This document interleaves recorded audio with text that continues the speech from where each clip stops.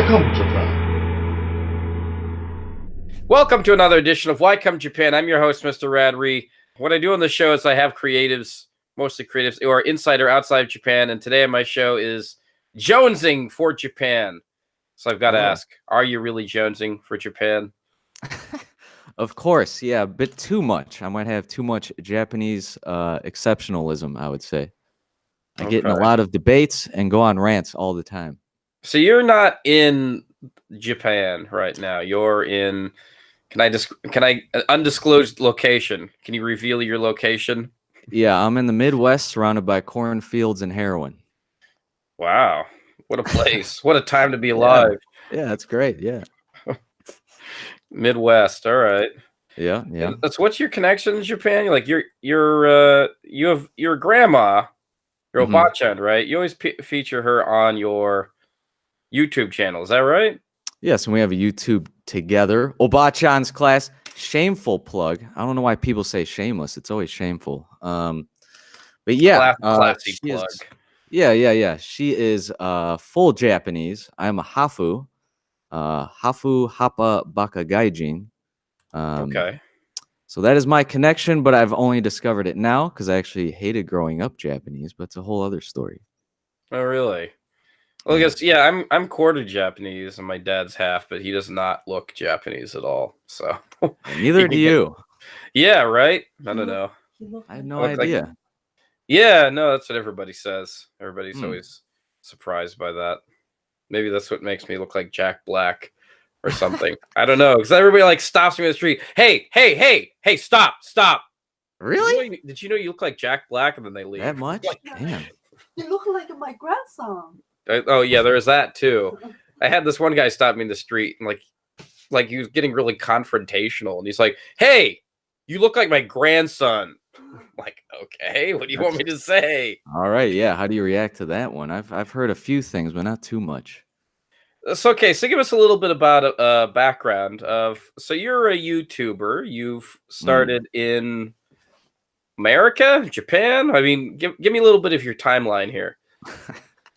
So I had a channel a little bit earlier, but I'm newer, right? So 2 years ago, I had a few things going, but they're all deleted. Yeah, and then I decided to exploit my Obachan mother to do YouTube and teach Japanese because that's when I started having my interest in Japan, Japanese culture. Not the typical everyone thinks anime and all that.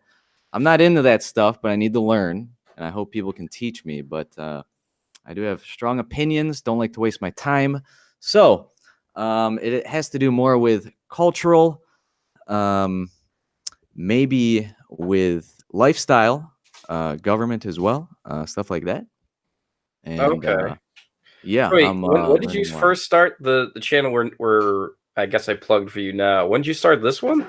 January, I think.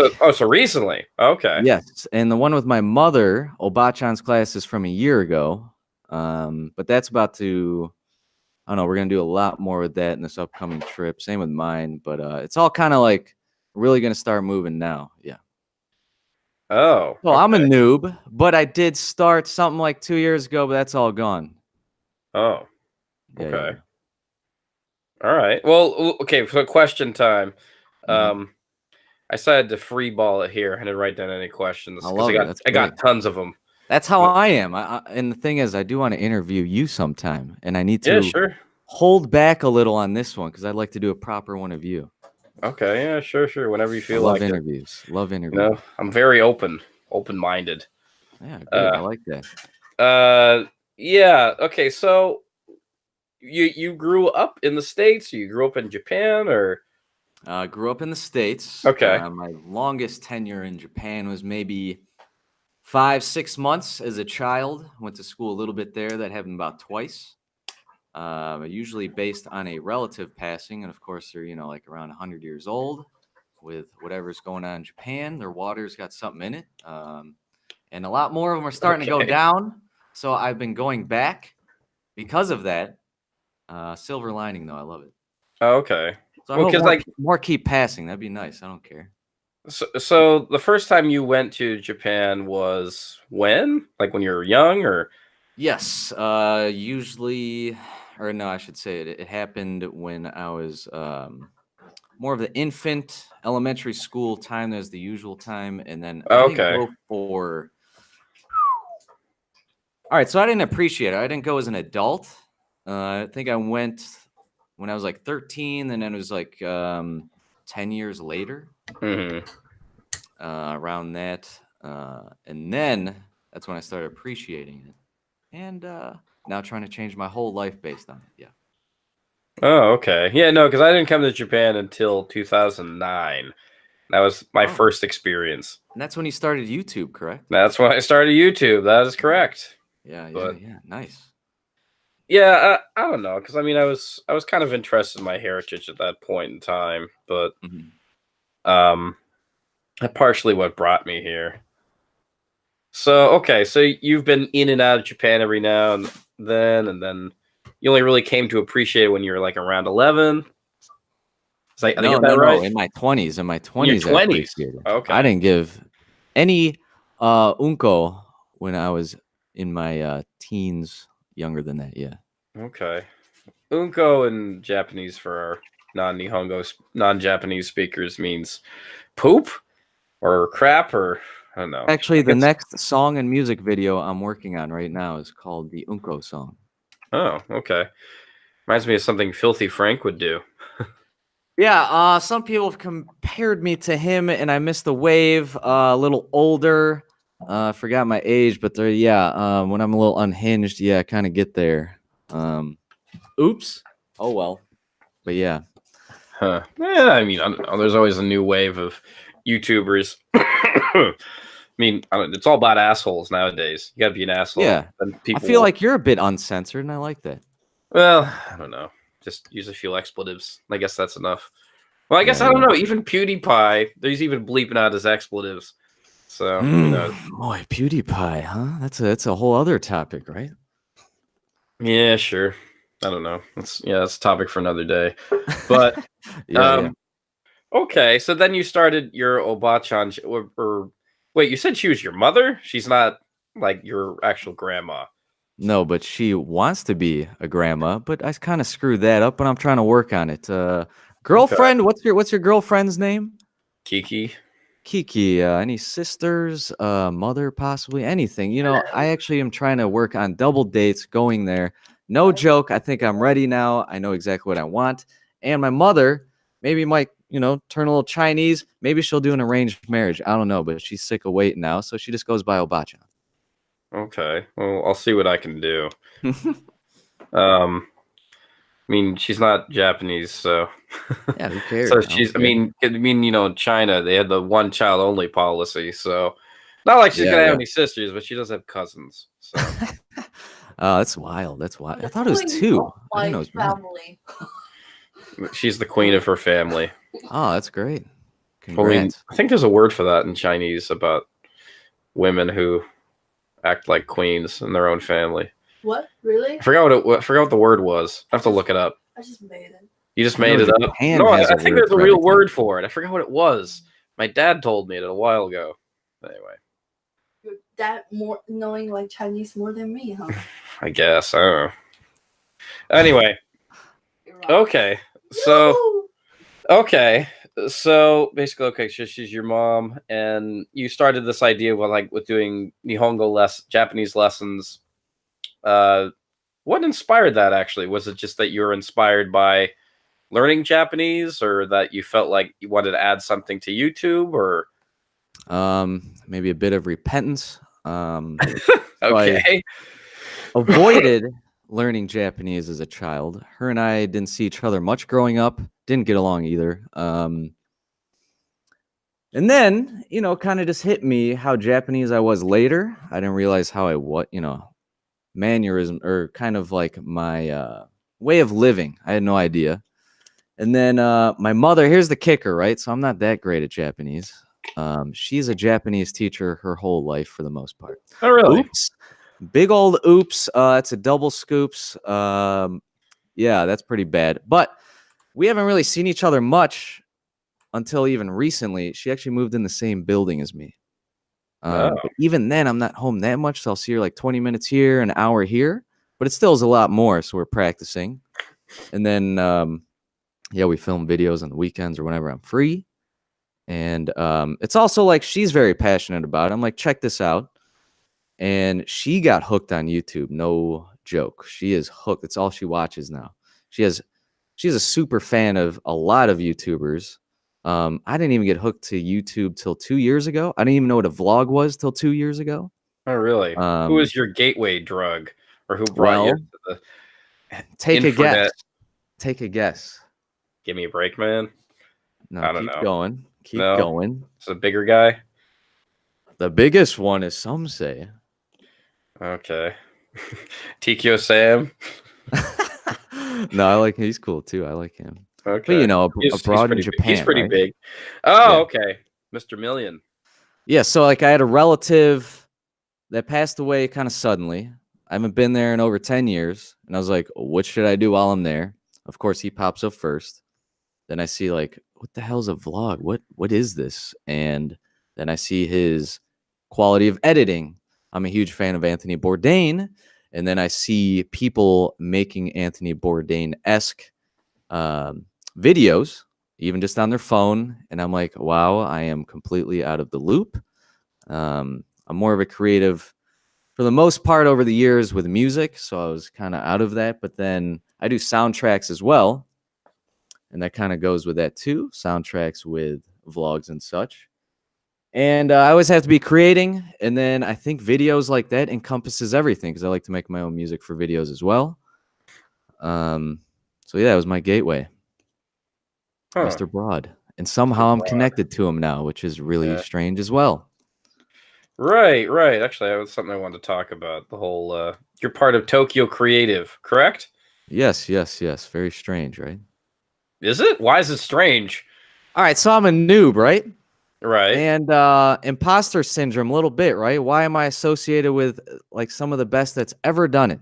I'm a complete nobody. Nepotism? I don't know. No, it's just actually, I guess the origin of that is Mr. Okano, Senpai, CEO, put a video up saying, hey, I'm starting this company, submit some stuff. Okay. And then I did. Made a kind of custom one for him, showed some highlights of upcoming things, stuff with my mother. And then, I guess we're one of the few people that just started off that they scooped up, and there you go. I don't know. I saw something, I guess. Probably just my mom. I don't know. Okay. So basically, you inspired by Abroad in Japan. What? Actually, I don't watch that much of Abroad in Japan. Oh, his new stuff. I should make a parody channel called Abroad in Japan. Yeah. His new stuff. Accent. His new stuff is straight up like a cable television show with a huge budget. It's ridiculous. Much respect. I saw it with like drones and all the high. What is it? High production value. I'm at a loss of words here. And the sexy British accent that is always great for narration. Yeah. Simon O'Chanama in the chat saying Chris was on Three Old Dudes once. Huh. Are you familiar with Three Old Dudes? No, I am Three not. Old Dudes is a show that our good friend here, Simon, used to do, where it was kind of like, it was basically Google Hangouts, but with these three old guys. I guess they associated themselves with old guys. They're not that old. Mm-hmm. I mean, maybe you might feel old being on YouTube, being over maybe 40 or something. I don't know. Then again, I have friends who are 40-year-olds who, make money off of the internet. But anyway, they had the show, which was essentially like word jazz, where they would just start talking. And it's good as an audio show, but like watching it will probably give you a headache. But because I mean, what Google Hangouts does is whenever somebody talks, then it cuts away. I mean, which is really cool. I mean, it cuts away. I mean, like how it is right now through this service. Yeah, it's like when you start talking, the camera cuts to you, and then when I start talking, the camera cuts to me. But the thing was that sometimes there was three people, and they'd have like one guest or maybe two guests or something, and then it would just be constantly cut, like every person, because everybody's talking at once. it's just like, oh man, I don't know how they managed it every time. I'm like, I'm because like you always see those podcasts where like these people talk over each other, and then they always stumble over each other. Like, no, no, no, you go ahead. No, you go ahead. No, you go ahead. Yeah, and it becomes like this. Uh, what do Some you call kind of that? a cacophony of noise. Is that the word you use? I mean, Sure, like I you know don't how know. they do it in Japan, where uh, what is it? Everybody tries to be overtly polite, or like Mhm. they try to offer their seat on the train, like oh dozo, no dozo, oh dozo, like no yeah no dozo, like oh, go ahead, go ahead. I always have a big gaijin backpack, and I don't care. I'm sitting down. I don't care. Yeah, so I mean they often do that, and I guess supposedly the custom or whatever it is you're supposed to do, you're supposed to ask 3 times before you can actually sit down. Ah, okay. I mean, I have offered up, and my gaijin friends have as well. But yeah, I'm just working on it. And Simon said, "Is your mom up for being a guest on my show?" She's totally down. I am her agent. We're doing a lot of collaborations with YouTubers in our upcoming trip in April. So let me know, Simon. DM us, whatever. Yeah, she's down. And hi, Tokyo Drew. I've watched some of your stuff too. I dig it. Okay, Yeah. so wait, so how long has your mom been teaching Japanese? Like for since you can remember? Um, yeah. Pretty much since she's been in the US, she's taught at 2 universities. She's still teaching. She's at a high school now and a university as well, but she's retired, but she has, that work mentality going forever. And that also brings it up too. So she's retired technically. Um, and her and I are the only relatives left in the US. And the rest Oh, of our relatives are in Japan. And I just think it's time to move there, and it's kind of on me. If oh, you know any jobs, let me know. I'm trying not to do the teacher one; they don't get paid enough. But I want to support my mother and I. But right. it's gonna be tough. Well, do you And speak yeah, Japanese, right? no, not that great. Like I Oh, said, I okay. avoided it until kind of she moved in here. I didn't really have any love for Japan, or I guess I was ignorant, unaware of it until about 2 years ago. Right. But now that she moved in here, now that we're making videos, I'm working on it. But I'm also an autodidact with editing videos, still learning music, mixing production. But I'm going to get that all out the way after this upcoming trip. I'm doing IT certificates and the teaching certificates and learning Japanese, and not going to hang out with any friends. Okay. All right. Yeah. So, I mean, like for a person who just kind of stumbles across your channel, hmm how would you define yourself nowadays, or how would you want to define yourself? Hmm. Quarter eighth life crisis. Okay. Someone trying to change one's life. So I did screw up my life big time. That's a whole long other story. Okay. I could do a quick mumble rap of, sum it up real quick. But trying to I'd fix listen to one's that. life. Okay. You want to beat with it too? Yeah, I got somebody working on the beat for my new podcast, but yeah. Oh, nice. Hey, if you need music too, let me know. I do it all. I mean, check this out, right? So I got a whole studio here. Oops, went the wrong way. Over here.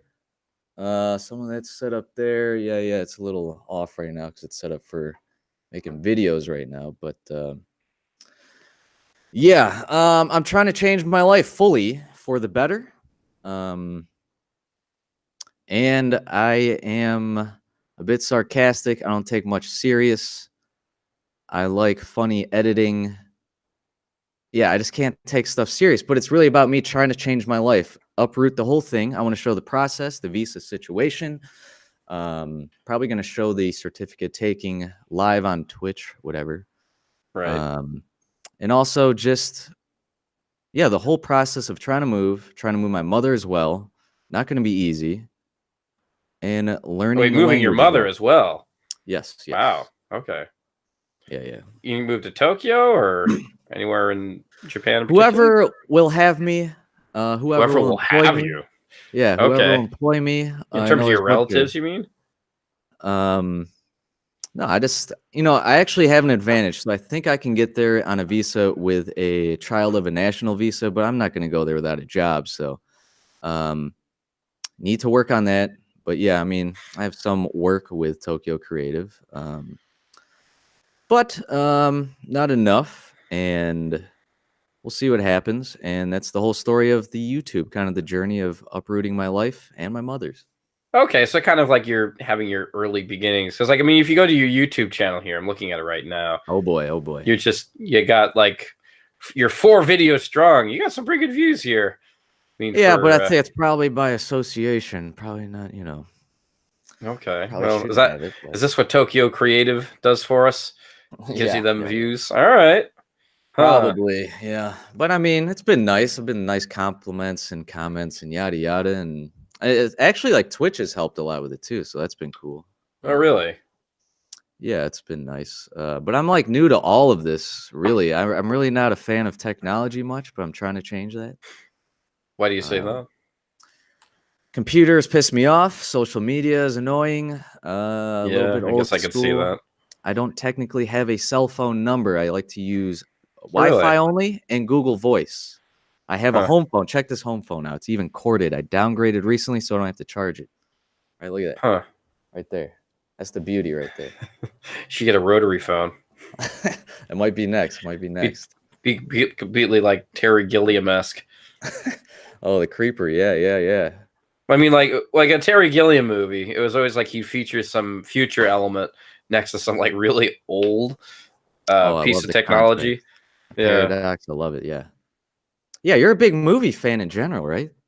Yeah, you could say that. I mean, I watched, like, you can go over to my Letterbox if you know what that is. Nope. Letterbox is an app here on the internet that lets you. Every movie you've seen, you put in there. Forgive me, I have Kafun right now, aka no hay fever, I guess you call it. But anyway, No, Letterbox is like it's an app that lets you record all of the movies you've seen, things like that, and like what you I've think. heard of You that. write reviews. Okay. Kind of like Goodreads, but for movies. If you know Goodreads. So it's like you send your friends like, "Hey, I read the recent book on Jojo Peterson. It was pretty bad," or I don't know, whatever. Yeah, right? I like that though. That's cool. Yeah. So I mean, I've on Letterbox, according to Letterbox, or at least all the ones I've rated, I've seen over 1,582 movies. But yeah, I would say you're a bit of a fan, but I still can't really compare it to anyone else. No one's told me a number, so I guess that's on you to say. Yeah, I mean, just like one day I was like really bored and I had a long commute to work, and I just said, I'm just gonna rate all these movies I've seen. So I went through one day and I just rated all these movies. That way I can keep my oeuvre, or maybe not my oeuvre. Oeuvre is like your creative work. My collection, I guess. I don't know, of like films I've seen, but Send me the link, please. Yeah, sure. To discuss. I'm a bit of a movie It's always nerd. in every single. I mean, I guess I never really shot this up, but I always put Letterbox. I always put Goodreads, and I always put what's the other one? TV Time, in all of my YouTube videos. If anybody wants to go to those links, but I'll throw it in the chat here. But oh yeah, and Kampai to Tokyo Drew said drinking time. Drinking time. Oh yeah, there it is. Letterbox. Okay. It's like 3:00. I guess it's okay to drink. Yeah, I guess it's all right. What's up? Did you see White Boy Rick? White Boy Rick. What's this? Matthew McConaughey's last movie, I think. Oh, okay. Well, I'm not in the States, so it's kind of hard to see these movies. True. That's a new one. Oh no, 2018.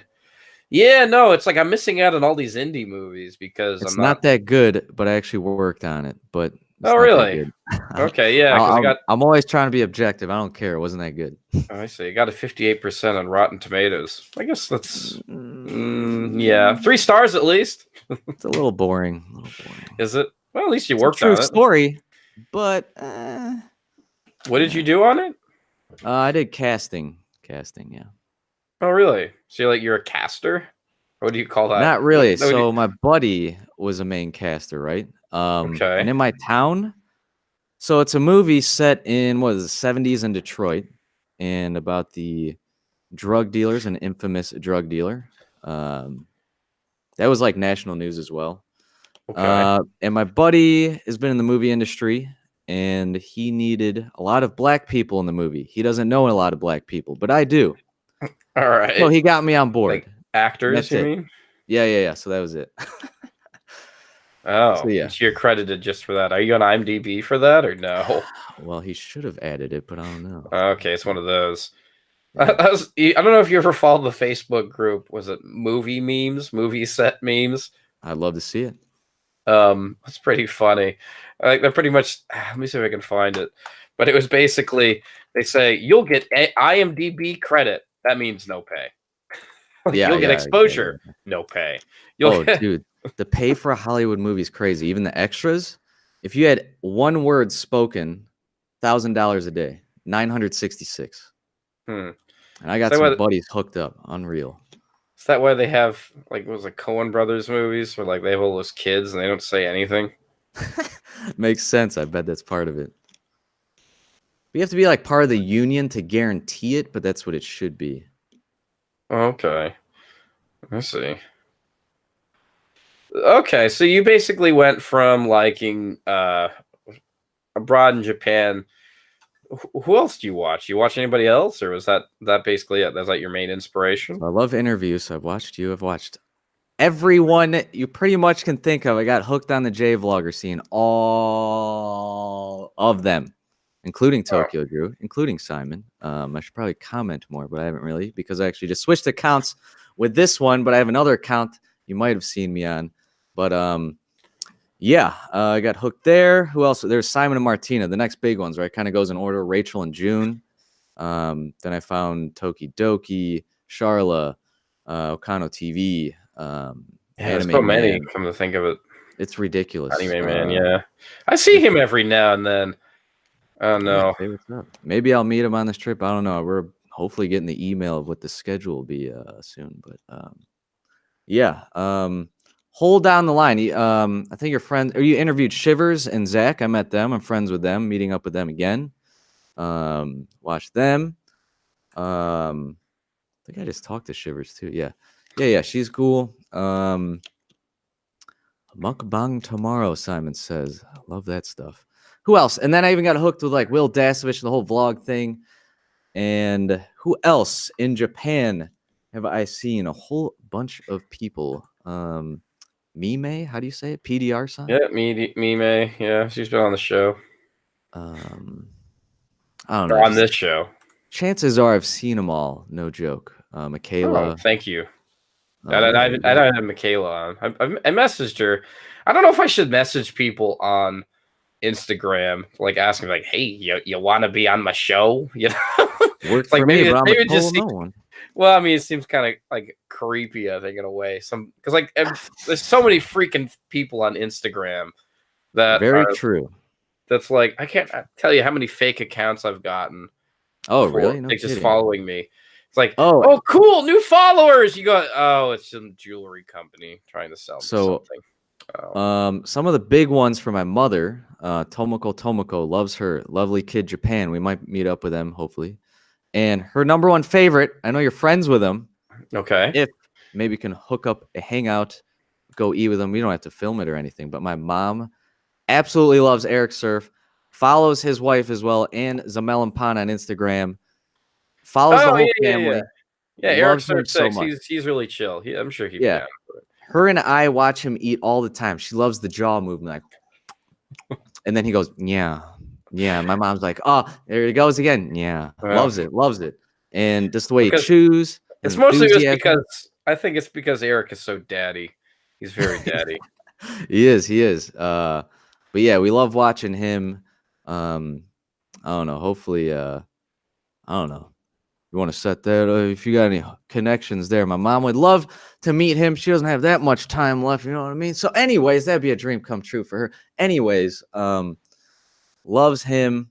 Also, I know there's kind of the outcast. I almost feel like there's 3 groups of J vloggers. Is that weird to talk about? Yeah, no, please. I mean, there is. I would say there is nowadays. Would you say there's 3? Yeah, because I don't know about there's 3, but it definitely feels like there's levels. That's like a perception I've come across. I haven't talked to anyone about this. Okay. All right. Shoot. I want to hear what you have to say before I say anything. Am I going to get in trouble? Whatever. So that's why you're here. You're here to get in trouble. That's why you do podcasts.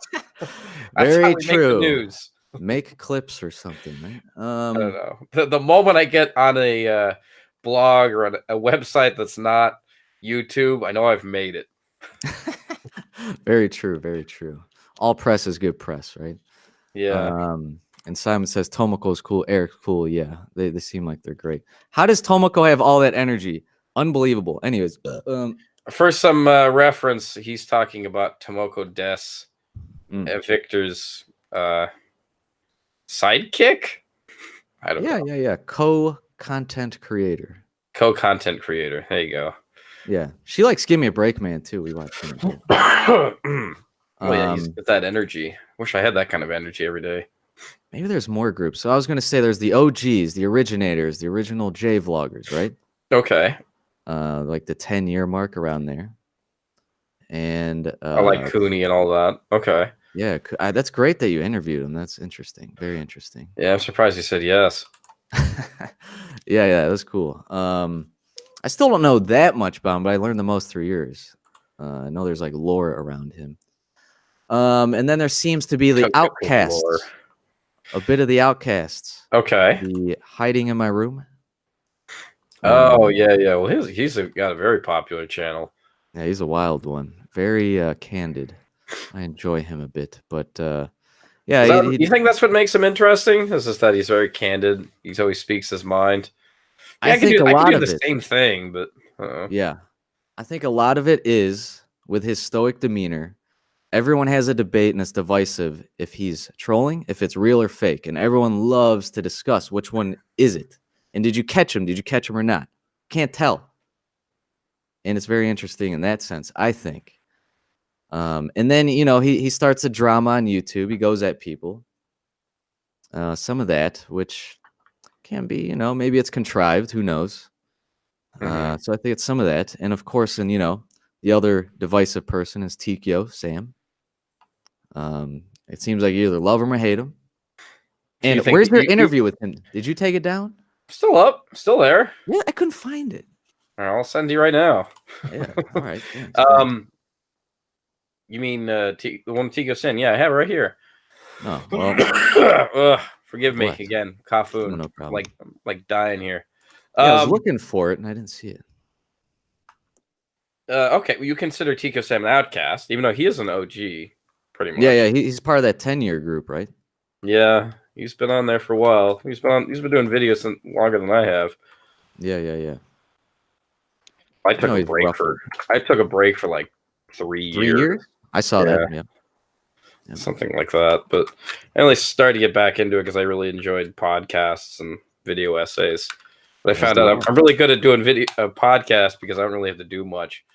I'm not so good at video essays because they demand so much time from me. Oh, editing is ridiculous, and I probably overboard just for my inside jokes no one else laughs at.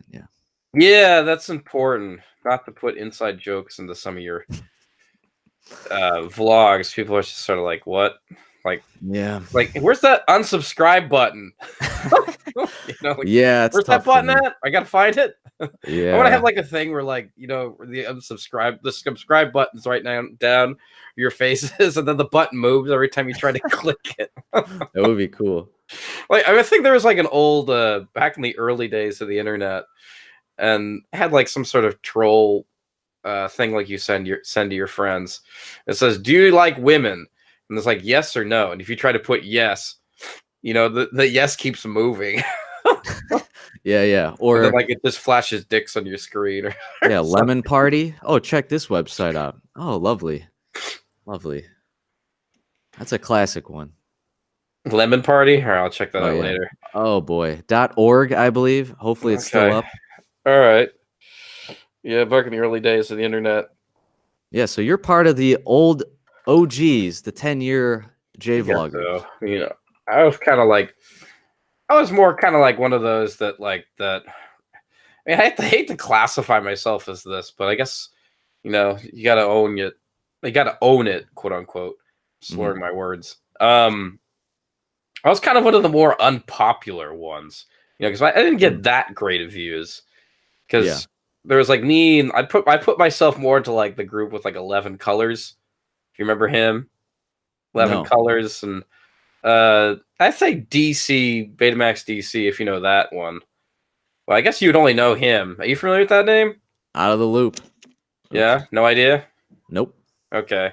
Yeah, he was only really cool if you were watching YouTube at that time, and everybody loved him because like he was crazy. He used to make one video a day, all the time, and everybody loved his videos. They were always well put together, and like it totally made me jealous, because he pulled. Okay, by the way, he pulled all of his videos down, so you can't see him anymore. But Yeah, I remember there's he was the couple that moved to Texas, I believe, did that too. Texas and Tokyo. They pulled all their videos down. That I didn't know. Something. Or maybe they're still up, but they stopped. Maybe that. Yeah, no, they stopped because they don't want to film their kids. Yeah, yeah. It's a Yeah. gold mine. What are they doing? I don't know. I mean, they respect their kids' wishes. I don't know. I'm not going to speak for them, but I will say is that, Betamax DC was he was the cool guy, and then like he got a lot of good views. I used to make fun of him all the time, and I used to leech off of his views every now and then. And it was really a lot easier to get views because nowadays it's sort of like you need to because I'm really in a vacuum in terms of getting views because there was not that much content out there back then. Yeah, and it's so saturated now. Like that new Starbucks that just opened up. I was talking with Andy Sound with this. We predicted kind of a gold rush there for everyone to get there first through the video, and then we saw it happen, including Twitch streamers. Oh, really? Yeah. That's how it is now. It's just who's gonna get there first, Huh. Well, I mean, one thing I've learned from the first guest in this show, Mr. Akasan, if you know who that is. Nope. Yeah, you should check him out if you're not. He has a really good following, but he's basically like a reaction YouTuber. He just like reacts to stuff, but he's very smart in the regard of timing. Like for example, Captain Marvel comes out, he has to be the first person to see it, right? Yep. And he's the first person to see it and the first person to give his opinion because it's all about that FOMO, fear of missing out, or or actually, like getting the real opinion, a raw opinion. Like, what is Captain Marvel, or like, how is it? Does it suck? Is it good? They want to hear what real people think, not what what Chicago Tribune thinks, or whoever paid some off. big company, whoever got paid off to review the film. So, but I don't know. Even today, it's probably not even worth trusting some of these people on the internet. But who knows? I mean, like I said, Akasan he gave me the impression, like you're saying, you have to be there. It's all about being there at the right time, at the right moment, Yeah. So. I could see that who's looking up the review right away on Google. Do it first. But that's why I think about the Starbucks thing. It's like whatever opens up first in Japan. It's just a gold rush there. Well, it is kind of a cool Starbucks. I mean, I saw some pictures. Oh, it looks ridiculous. Looks unbelievable. But those cocktails are $20. Wait. They have cocktails there? Yeah, the cocktail bar up top. Mix it in with coffee and all that. But $20 cocktails you can get for the same price at the best bartenders in the entire world in Tokyo, which I did get to interview one of them. Come out soon, but it's the same price as them. It's like, I don't know about that. But the place does look like a brewery, like a huge. Right, no, it looks like a brewery. I mean, I know it's bad. It's a bad form for an audio show talking about something nobody can see. But yeah. But everyone will look it up. I guess you have Google. I mean, if you're watching this show or you're listening to it, you can go to Google and type in "big Starbucks Japan." Actually, wait, was that what comes up? Big Starbucks. It's the biggest one in the world now. I heard because I was talking to my girlfriend. She was saying they have the same exact one in Shanghai. Ah, okay. But maybe it's big. Like you say, it's the biggest one in the world now. Maybe she's. I believe lying. so. Maybe she's lying. I'm not lying. No, I don't think you're lying. Fight. No, remember people watch it after the live stream. They can look it up. No, I'm just looking it up, like saying, "Is this fake news?" Wow, only in Japan already has like gotten the new Starbucks. No That's way. It's no way. It's the first one that shows up. Yep, the world's most beautiful Starbucks, first one. Unbelievable. What's his name? It has high production quality. I thought. It Yeah. It is nice, though. I think it does look nice. Oh. Yeah, no, he has really good production quality, and I mean, it almost kind of it's almost kind of gimmicky. Where is but it? Where is this? Where is this? Is in Harajuku? Watesando? It's expensive area of Japan. They're Tokyo, expensive Ginza, area. Then probably Omotesando. Ginza. Might I'm be guessing it's Ginza. probably I think it's a Montesando. Is my guess. Same thing. I can just look it up. I have a freaking internet connection. What am I doing? Very true. Big site. You know, so that's the funny thing about Here. the world we live in. Oh, it's a Tokyo big site. Okay. Mm. Huh. That's not where I would have guessed where it would be. No, it's the funny thing about the future, you know. How can we be so wrong about everything, you know, since we have everything It's on the the misinformation age. It totally is the misinformation age, I believe. Yeah, It's too much money to be had with the clicks and all that. I guess so. Huh. Okay, Tokyo big site. So when it comes to that, I was going to ask you are you going to go more with the podcast the majority of the time? Or are you going to be in that rush to find new things and do a vlog style stuff? You know? Probably be both. I mean, I don't know. I can't be fucked doing vlogs, man. But I mean, Yeah, I should rough. do them. I mean, I think I've already made a mistake because I did a podcast at the beginning of this year and I said I'm gonna make a vlog every week. I'm like, oh Oof. no. It's like once you start saying your goals, you know, you Yep. say them out there, it means it's half done. That means, you know, you've made a promise that you're not gonna keep, or you've half done it, but you're not halfway there. So You try to next year, force yourself. You know, it's like when people take steroids, they shot themselves up and you're like, well, I better work out now. Something like that, right? yeah, exactly. So Yeah, I like I that. don't. We'll see. I don't know because I'm trying to reboot. Well, not reboot. I'm still gonna do this show, the Why Come Japan show, and then I'm also gonna I like do the that. Radrey show. I'm thinking about changing the title of it, not just the Radrey podcast, to just the Rad Culture Show, because I You want to sound talk like about. me. I sound like I you. feel like I feel like changing my name every hour. Okay. Like the title of things. I'm always, I don't know. I just feel like there's something better. Then, you know, second guess yourself. Japanese perfectionism, you know, stuff like that. Simon's calling me out with the green screen. My bad. I'm not that good with technology, but yeah, I'm with you. Always trying to improve, and then it might be changing a whole thing. I'm a complete nobody now, so I feel like I can change anything I want. What do they say? It's always like you have to choose. Like, what's that parent or Venn diagram? Choose one, good, or choose two, good, fast, or cheap. You can only choose two, and it can't be all three. Good, fast, or cheap? Yeah, you got to pick two. That's the way. That's the only way things work in this world. Yeah, I like that. You know, if you can be good, it can be fast, or I guess it can be good and fast. Good and cheap. Or maybe good and cheap. I don't know. See that. You know what? Actually, this is the first time I have to do this during an interview, Do it up. Do it up. but I have to use the bathroom. Oh, no Because problem. I'm a human being, god damn it. Oh, no And problem. No I problem. will probably edit this out myself. So you can talk to my girlfriend who doesn't want to be on camera. She Never will- on camera? No, I think she doesn't have her makeup on, so I'll just leave this pillow in the place. I've seen a few times on Instagram and YouTube, I believe, right? Okay, all right. Well, I'll be right back. Are you serious? Yes, I'm serious. Here. Kiki, I'm interviewing you now. Here. There you go.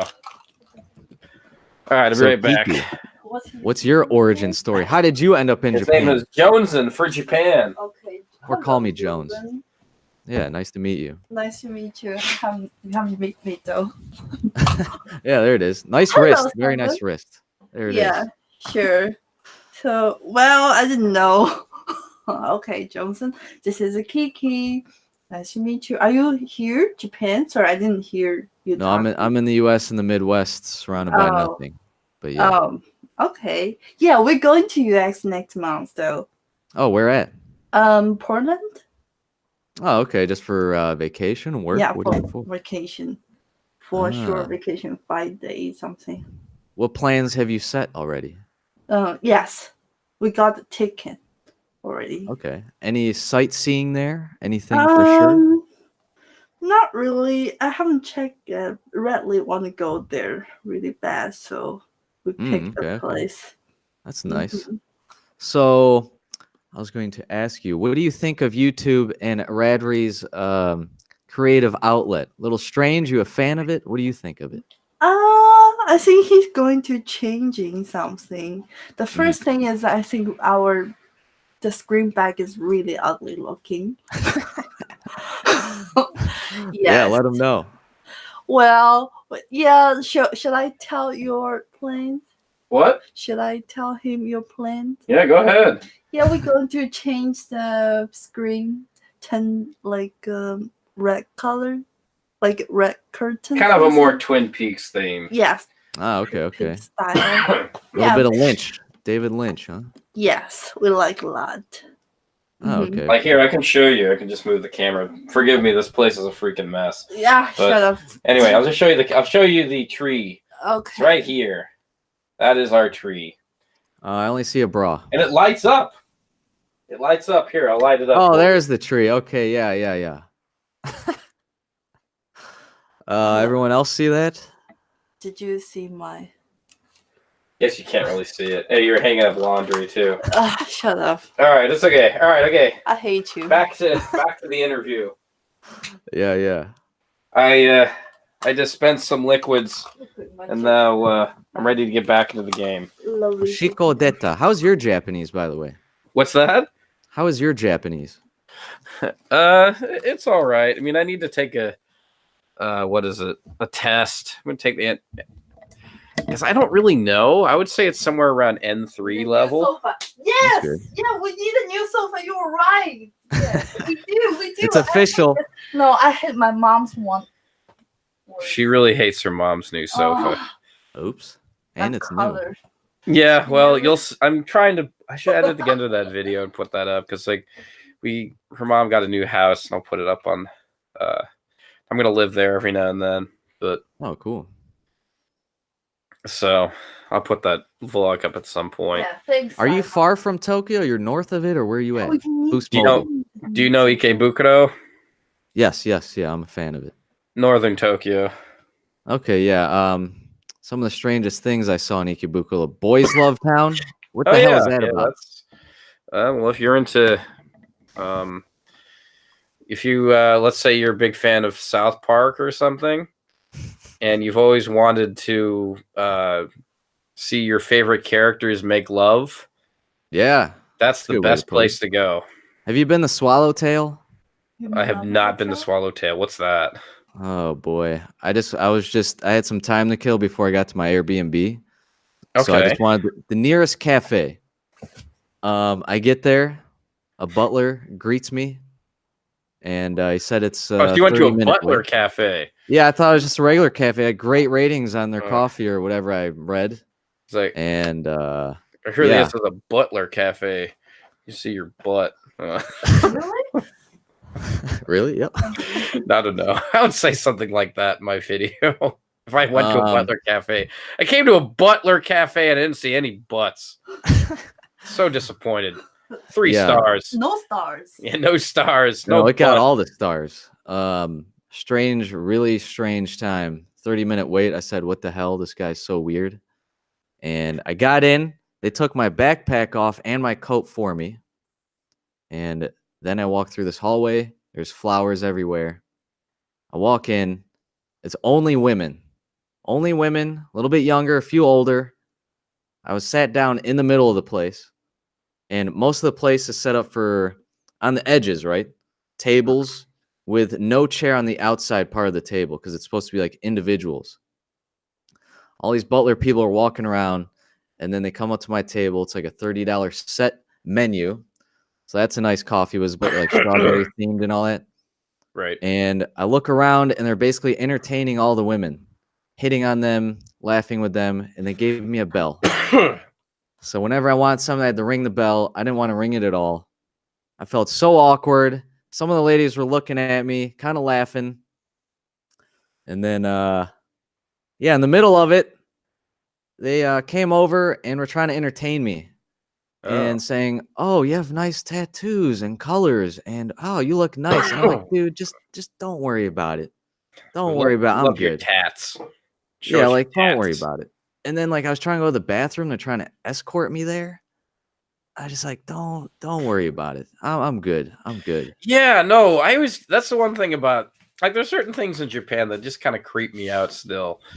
That's one of them. Where like sometimes like when you get your hair cut, right? here in Japan, and they try to be very accommodating. They talk to you, and they ask you questions and everything. Yeah, that's fine, whatever. They're just starting a normal conversation, and I'll humor them, right? And then they follow you like all the way until you leave the building, and they open the door for you. Like they kind of just like look at you until you leave. You're like, dude, just leave me alone. I'm done with the haircut. You don't need to be this nice. And then they like bow or something. Some of the bars do that, or restaurants. It's too much. It's too much. Oh, I can't stand. You know how they have like bad back problems and posture? It's from like saying, arigatou gozaimasu when you leave the store, like thanks. You got 7 people saying it to you. I'm like, no, I'm not doing it. I don't care anymore. That's why all your backs are curved. Stop doing it. Leave me alone. And then every time they greet you, I don't want to hear it either. Either last time my son, get up out of here, nerds. Yeah. Anyway, sometimes it's okay. I mean, it's nice.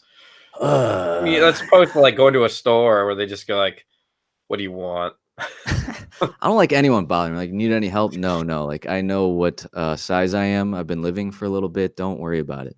Right. Well, the other one that kind of weirds me out. It took me forever to figure this out, but so supposedly, like, you go to McDonald's, right, or you go to like any business, and sometimes, like when I go to get my change, when I go to the cash register, I pay for my item. Sometimes they would touch the bottom of my hand when giving me my change. And I'm like, does this guy like me? Why does he keep touching my hand? At least not touch your butt. Yeah, I thought they give you like the trays because they don't want to touch you. Yeah, right. It's like he's touching the bottom of my hand, and I told that to one of my friends. I'm like, why do they do that? My Japanese friends, like, he said, like, oh, well, they just do that because they don't want you to drop any change. Like, oh, well, that's considerate, but it's still freaking creepy. Well, I'm gonna do it right back to him now. Yeah. I'm gonna do it overboard. I can't wait. I didn't notice that before. Maybe they don't do that as much anymore because gaijin be scary, I mean, yeah, I've had a little problems with that. That's one thing I've noticed. I mean, I've told this to some people. I don't know if I've said this on this podcast before, but it's the look that gaijin, like people like me, get has definitely evolved. Like circa 2009. Like before, it's like I'd get 2 kind of stares. Either A, I get the stink fake, like, oh God, not another one. Or B, I want to go like, oh wow, what's he doing here? How'd he get here? I wonder what his story is. And now it's kind of like the what is it? You get the stink with face is still there, but now it's just even more angry. Really? Yeah, well, I guess there's too many tourists now. Some of them are saying, it's kind of it's talking kind about of if you thought, what is it? The first one was the Incredible Hulk. You were wrong. I guess this one's like Incredible Hulk level. The first one's like, I guess 2009 is basically when the Hulk tells you, it's like, you do not want to make me angry. And then the now 2019, the one is like, I'm angry. That's all it is. Yeah. But the other one, the one that like I was saying like about the wow, it's a foreigner, right? That one nowadays is it's like, oh God, it's a foreigner. I don't speak English. Don't talk to me. Don't murder me. Don't talk to me. Just go over there. Don't talk to me. Don't look at me. Don't look at me. Just go away. That's the look I get nowadays. Yeah, I didn't think it would get worse, but I get a few because of my tattoos that I probably should never gotten. But that was before my Japanese infatuation. But what kind of tattoos do you have? I mean, oh, they're all crappy, dude. They're all just horrible. What, you're ashamed of all of them? I'd rather just start over. I'd rather get rid of all of them right now. But oh well, too late. You sound like me. That's totally something I would say. Yeah, there you go. But I've gotten turned down by taxis before, waving them down with tattoos. Just because you have them. I mean, where do you have? Yeah. Like you say, I see that you have one on your neck and you have one. Yeah, and there's. I mean, like if I'm waving them down, I mean, I got a whole big old. Oh, there we go. Okay. Big old trash bin of them. It's like I got Yakuza tattoos. Yeah. I mean, do they even research? Yakuza's like rendered to nothing. They sell ashtrays. They only commit crimes against other gangs. They steal fish. They're losers. They don't do anything. Yeah. Then they're what was it like Jake Edelstein says about Yakuza? They're basically like, I don't know, like Walmart greeters, but with guns. No. The Goldman Sachs, but with guns. Yeah, they're losers. They don't do anything. Walmart readers. And then it's like, okay, so there's the staring issue, right? I hate when I hear foreigners like, oh, they stare at me. I can't stand. Like, oh, okay, go back to the U.S. and get murdered. Okay, you're really mad about getting stared at in the train. Who gives a shit? Yeah, I get fired up about it. I mean, I had a friend murdered this year. There you go. I mean, oh, it was Yeah, December. I saw Sorry. that on Instagram. Sorry to hear Yeah, that. yeah. Oh, sorry. You got stared at in Japan. Wow. Yeah, You know. I've kind of worked in a way to like how to deal with it. Because Mhm. sometimes, like when I get the stares, you just kind of like you look at them, and you just have a staring contest, and then you just look Yeah, at them. that's funny. Like sometimes what I do is I just go, Ooh. well, okay, Ooh. my audio listeners can't see this, but Ooh. basically I just move my eyebrows up and down, Yeah, that's and nice. they're like, Kiki okay, likes yeah, it. then they, Kiki likes it. yeah, and then they stop looking at me. They're like, okay, all right, I don't want to get involved. All right, I'm good. All right, I'll spread that tip. I'll try it out for you. Yeah, It is. maybe that's setting the wrong impression. I don't know. It's just if I'm in a like really good mood, I'll do something like that. After doing that, you lost a lot of people watching. Yeah, I lost the person watching after doing that. Like, I'm done. I'm out. I'm out. Yeah, Like, yeah, yeah. he's giving me the queer eye. Enough of that. Yeah, it's fun though. I mean, it's kind of like where I feel liberated in Japan is you can just kind of get away with any of that. There's no crime. Like I walked around with a ski mask in Kabukicho, filming a music video with crazy glasses like this and chains and all that, and it doesn't matter at all. I don't Yeah, care. no, that It's is funny, great. right? That is funny. I Yeah. remember I was with a friend of mine, former friend, guest of the show, Norman England. I was shooting the zombie movie with him, and he was completely in zombie makeup, like full zombie makeup. And he goes Yeah. to the Combini. They say nothing. Yeah, it's great. Check him out. It's like It's a whole other different type of freedom, and I love it. Yeah. Like after the 10 years I didn't go to Japan for so long, I didn't see my cousins forever. I thought it'd be weird and awkward. We end up getting tanked till 5 a.m. They're falling over in the Combini, and I go outside and I have a beer next to a cop who fell asleep on the curb. Mm-hmm. And that's a whole different type of freedom that I absolutely love. Huh. Feels great. Feels great, I think. Right. I mean, like this is the place where like you can sleep on the streets. Yeah. And nobody will steal your wallet or your clothes. Yourself, like my buddy last trip dropped his JR pass right out the train. Someone ran towards him, gave it to him. It's great. Yeah. No, I mean, And then my mom complained about people stealing her sheets and maybe a towel recently in this building, right? You could run into them. What the hell is going on here? Anyways, I can go on rants all day about that stuff. Anyways, but yeah, that's a whole other freedom in Japan that I love. And also as a creative, right? You can do a lot of this weird stuff in public. Here, not so much causing riffraff or something. And I'm not really in a big city. There's not much to, play off of the urban area for creative things. Oh, what did you say at the beginning of this interview? Was it fields and heroin? Oh yeah, addicts? surrounded by cornfields and heroin. Yeah. Yeah, I guess that gets pretty. Crack to the east of me. I guess that would get pretty stale pretty quickly. Yeah. Oh, Simon, the cat's name is Catress, cat, kitty bop, shimmy, shimmy, ya, shimika, pow, pow, kitty butt, cat for short. Just cat. Okay. Yeah. So it's like if you had a pet human, you just name him human, basically. Yeah. Have you seen that law they changed with flying pets now? No. What's this? I want to move her ass over there, but they said 8 hours max. So I would have to stop in Hawaii and then get her ass over there. And then Japan has that 6 month kind of incubation period, something where that she has to have shots for 6 months. Then she can get over there. Then she gets held at the airport, possibly. I don't know. See, I'm learning all this stuff because I'm trying to move there. Moving in Japan is a pain, as I've heard, especially getting your own apartment. Right. Well, do you know Ozzy Awesome? Formerly, yeah, I'm a big Ozzy fan 78? of him. Yeah, he's great. Yeah, he brought his dog from Canada over to Japan, but maybe that was a different time then. Yeah, they're really worried about rabies, apparently. They haven't had rabies in decades. Oh, hold on. What's up? You still can bring some pet to Japan. Okay, Kiki says you can still bring some pet to Japan. Yeah. Lula did bring. Okay. Can you bring my goldfish? Away. Okay. My goldfish Petey. I don't know. Oh, you really got one. All right. No, yeah, no, awesome. I'm just saying cool, that because it's like like Dumb and Dumber or something. My bird Petey. Can I bring my aunt? Bring your aunt, my pet aunt. Yeah. I saw that video. What you did with Ozzy, and you yell at him through the window. Oh and, yeah, that's a good one. I love that. Yeah. I like what he does. He just did a music video. I do music videos and kind of talk to each other about possibly collab, and hopefully happens. But yeah, I'm a fan of Ozzy and his Love Hotels, and that's actually a goal of mine in life, is to stay at a different Love Hotel every night of my life.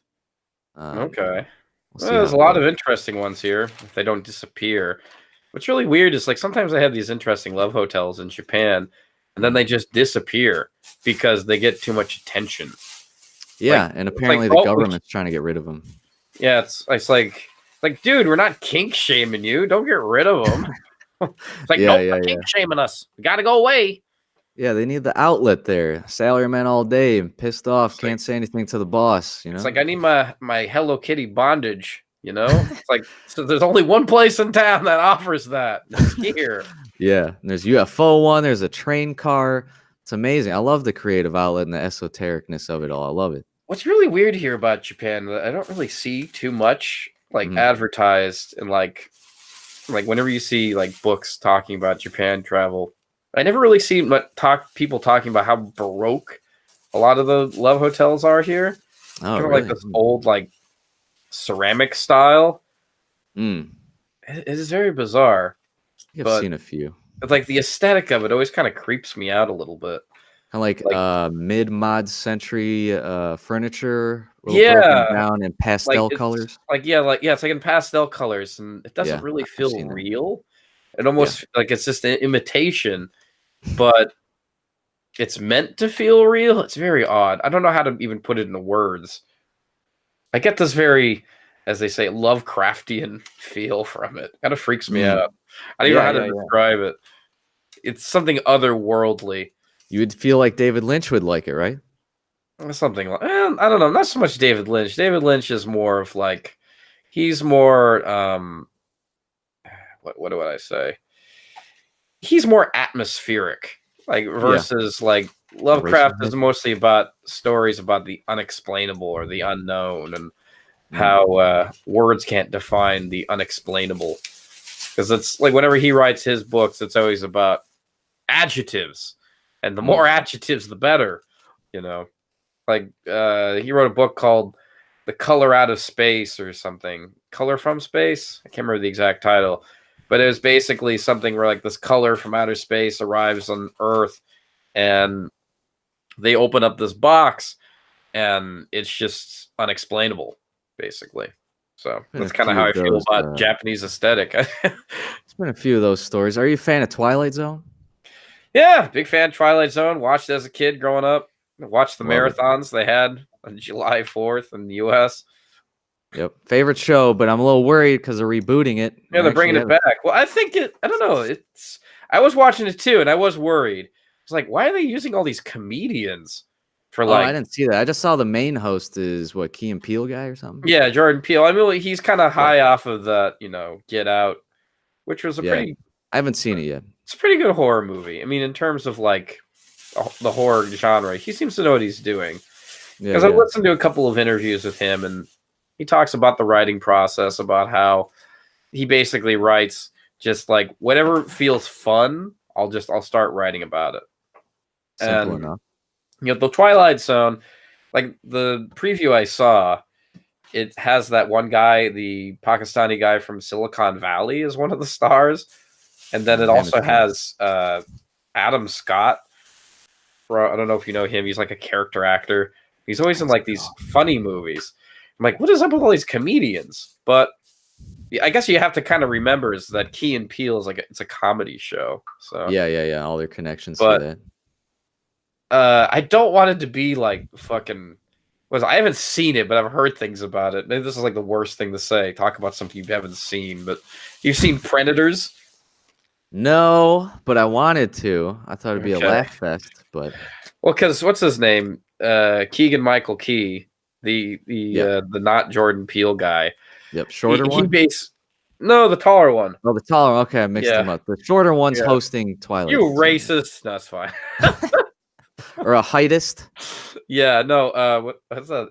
Honest Trailers. Like, it's like directed by Jordan Peele. Oh, that one's Jordan? Oh, okay. Oops. Am I racist? Oops. Yeah, no, I always used to confuse them too because I didn't know who was Keegan Michael Key or who was Jordan Peele. But no, Mhm. yeah, he was in Predators, and the comedy just was just almost like it's incongruent, like where it's just sort of like let's have a funny scene. That's Like what I I hear don't all know. Marvel movies turn into. It's just comedy. Oh, like all the quips you mean they do? Yeah, yeah, and Yeah, it's just I don't know. there was a little overkill in what was it Age of Ultron, where it's like, well, gotta fight you, gotta make 5 quips first. Mhm. You know, gotta sell them funny. Everybody laugh. All right, you laugh. All right, okay, let's start fighting. Is that franchise gonna die down? You think? I think it's on its way, but Well, I I don't mean, know. yeah, it's gonna have to, or they're gonna have to reboot it or something. Because I mean, these humans age. You know, it can't be like The Simpsons. You know, they're Yeah, not gonna. It's not animated where you can have them maintain the same form year after year. yeah, like Bond. Got to switch them up. Yeah, so I imagine that probably after this Endgame movie comes out, they'll probably switch them up. Probably do the same thing they did with what's that movie? X-Men First Class. They showed like the younger versions of all the Yep. X-Men people with other actors. I imagine that's probably what they do. Man, I'm so out of the loop. The past, what is it, 5 years or something? I don't know. Too They're much YouTube. mainstream movies. Well, I mean, yeah, Yeah, that's an interesting thing too. I mean, you're having a bunch of people like kids who basically watch YouTube nowadays because it's free. all of them Um, do. yeah, and I mean, it's probably the future is going to look much different because I Yeah, and mean, all the movies go on Netflix and Amazon Prime and all that. you know, putting people screens in front of kids' faces. So I mean, I'm just saying that who knows what the future is going to be like and what kind of movies we have. But Yeah, what do you think of raising kids in Japan? They say like bullying. You're boy, part Japanese. Your kid will obviously be mixed if you ever do in general, because you are already mixed. yeah. Like my Well, kids would be guaranteed.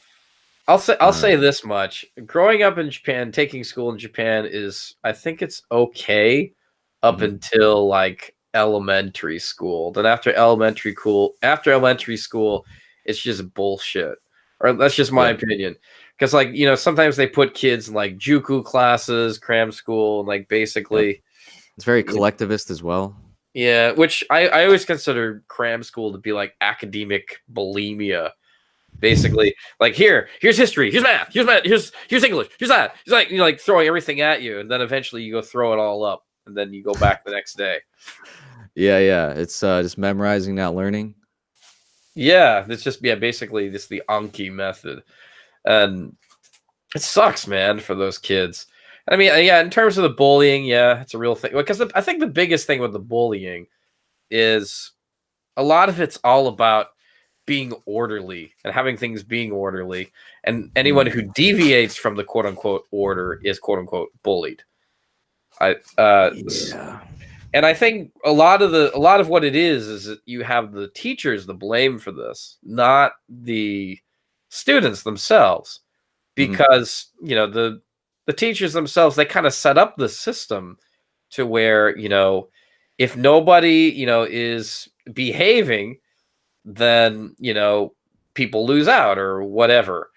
Sure. um so I think that's part of the problem. I mean everybody, I don't know, disses the board of education in Japan because I'm probably maybe you've listened to this show. I work in international school, which is essentially a light cram school, I guess. Mhm. But yeah, for the most part, I think it's all about the way the teacher sets everything up. That's Everything what in includes order. the Everyone's building. collectivist. Everyone works together. You better think alike. Yeah, I'm not saying it's Yeah. a bad thing. I mean, there are some. I mean, like it's kind of like it's like socialism, you know. It's like Yeah. everybody works at and everybody helps each other. But Do you think that's actually part of why the economy plateaued in Japan? There's no individual thinking and innovation in the technology there and kind of speaking out and developing new ideas. it's very quite possible. I mean, I'm not a Japan expert. I mean, somebody Mm. like that, I could ask like one of my former teachers, Jeffrey Kingston at Temple University. He would probably be able to Good old say yes Temple. I've or no. looked into that. Might be going back to school. We'll see. But oh, Simon says yes. Yeah, I love talking about all that weird stuff like that. That's kind of like what I thought. What is You know, Simon like talking Japan. about? Yeah, I think you just said yes to my statement, maybe. Okay. Hopefully, but you know how like I should they just have go the on a boom? random live stream, just write yes, just to confuse the hell out of people. Yeah, it's true. Like, I deal what with is he that saying too. yes to? And there's always a delay. It's like, is it yes to this, yes to that? I don't know. Just like go to random live streams, right? Your mom. Leave. Yes.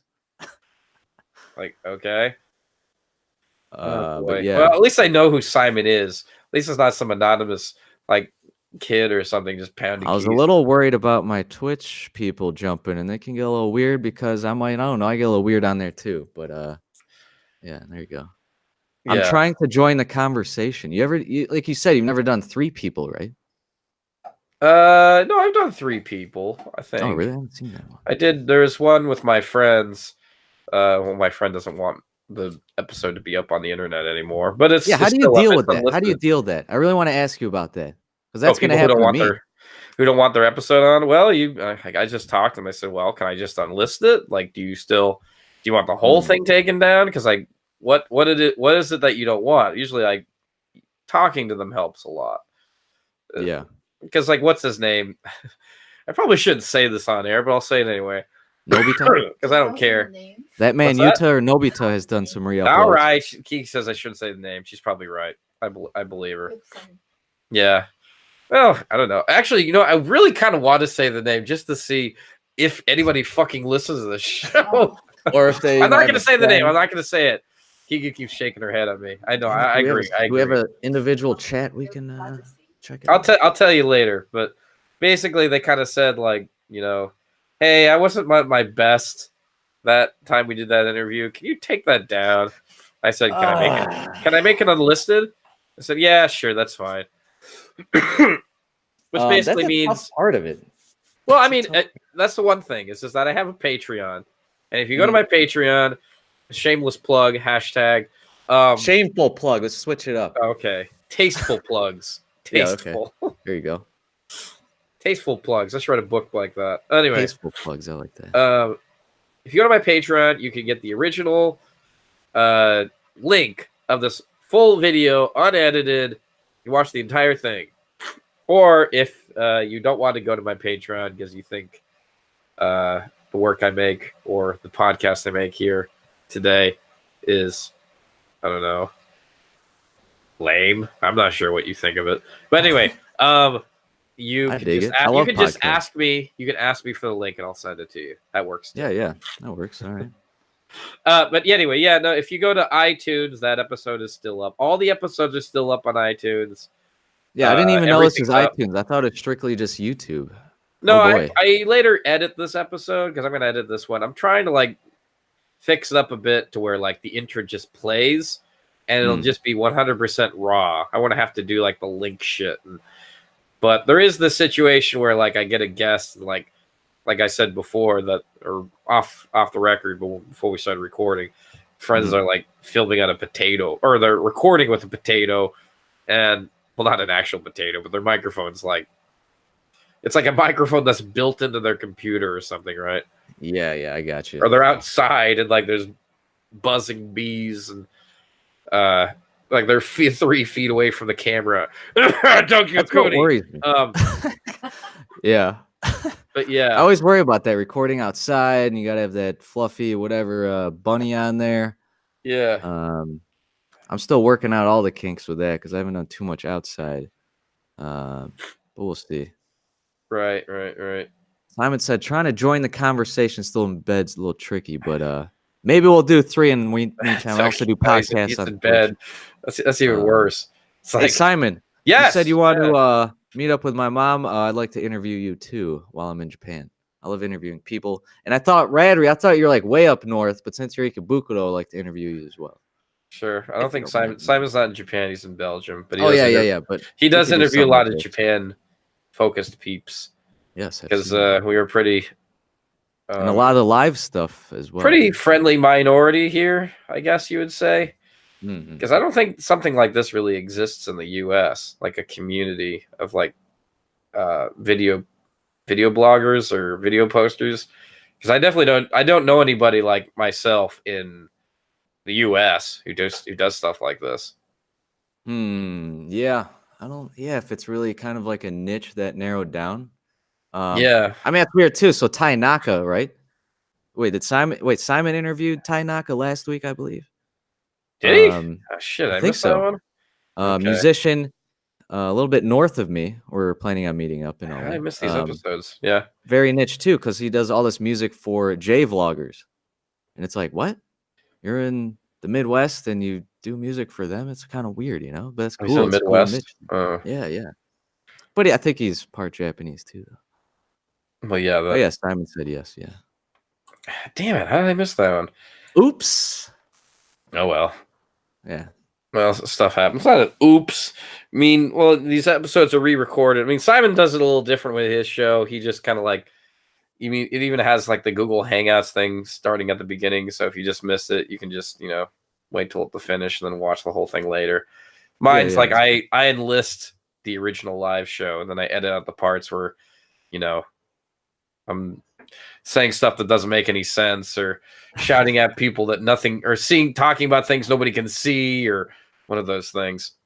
Yeah. It's a weird world, 7 billion people. I'm talking to you right now, and across the world, one person, weird stuff. I also get kind of weirded out with all this stuff because I suffer from solipsism, as What's I tell that? many people. Kind of like the theory that you're the only real person, a little matrix, a little total recall. I program this all, and it's all happening under the goggles, something like that, plugged in. Oh, Stuff like that's that. right. I knew that. This stuff does not help, but yeah, I get a bit like that. View or theory that the self is all that can be known to exist. Yeah. Like, I'll never be in your head. I'll never look outside your eyes. I can't prove nothing. A little John Malkovich as well. Yeah. Well, like there's a video game that popped around. A really shitty video game. Oh, What's boy. that? Don't tell. I'm gonna play it and freak out. It's not a horror. Well, I guess it is a horror video game, but it's not really scary. But I mean, if you grew up in the '90s, I guess you did. Yep. And you got stuck playing some of these edutainment games, the ones that are trying to educate you while playing them at the same time. Didn't play too many. There's a game called Baldi's Basics and Education and Learning. Baldi's Basics. I don't know what it's like it has the worst animation and it has the worst like audio and everything. I mean, like it's just like it's an edutainment game, but the thing of it is like there's like these really weird philosophical messages throughout the entire game. Like the first thing is like you're doing a math. You're given a math lesson. Yeah. I guess my English always deteriorating day by day. Anyway, you're doing math, and if you answer the math question correctly, the first response is, "Great, you exist." I'm like, what? Oh, great. And Simon's messing with me right now. We are not really here. Okay. Maybe. And basically the object of the game is that you're given a couple of math problems that you literally can't solve. And because of that, Baldi, main character, chases you down with a stick, with a ruler. And if he catches you, it's game over. That's the entire game. But I don't know. It's like the whole like, I guess, creation, or maybe not creation. What's the word I'm looking for? The concept of school and edutainment games is kind of interesting to me because of the, like you see very few horror games that take place during the daytime. Yeah. Or and usually most horror games, they kind of focus on what is it? They kind of focus on like general fears, like claustrophobia. Death. Or biggest one of them all, right? Something, death or one of those, right? And this one, Dead by Daylight. I have not. Pretty cool. I'm usually pretty picky when it comes to playing games. I only like playing these indie ones that have like some kind of cute message or something. Or Super a horror Meat game. Boy creator, Binding of Isaac, something like that. No, I've heard of those games. I've actually never played them. Super Meat Boy is Everybody amazing. seems to love it. Yeah. Binding of Isaac, I watched my buddy play that a bit. But yeah, pretty cool. But yeah, I guess Baldi's basics in education. Basically, the idea behind it is that the horror of school, missing that test or getting an answer wrong or getting in trouble with a teacher. And it's just something that it's very accessible, I think, for a lot of people. That That's was why it me. became such a hit. Yeah, yeah, I mean, that's a lot of 100%. us, I'm because loud and annoying now, right? But I yeah, was fully like reticent. You have to have participation points. So I put my hand up right after someone got called. I was, the Japanese stoic passive type. But yeah, I had a whole bunch of that growing up. Ugh. So I don't know if I want to play that game. Oh boy, bad memories. But what system was that on? oh, it's just an indie game. You can go. It's like for your computer. You can download it for Oh, okay. Apple or PC. It's like Hmm. a computer one. I don't. You remember that old Windows 95 screensaver where you're in the maze? Oh, or it just keeps going and creating itself, or no? Yeah, where you just keeps going. It goes from the start menu and it just walks around in that brick Yeah, yeah, maze. yeah, yeah. That's basically what it looks like. That's the entire game. Ah, okay. So this now. Yeah.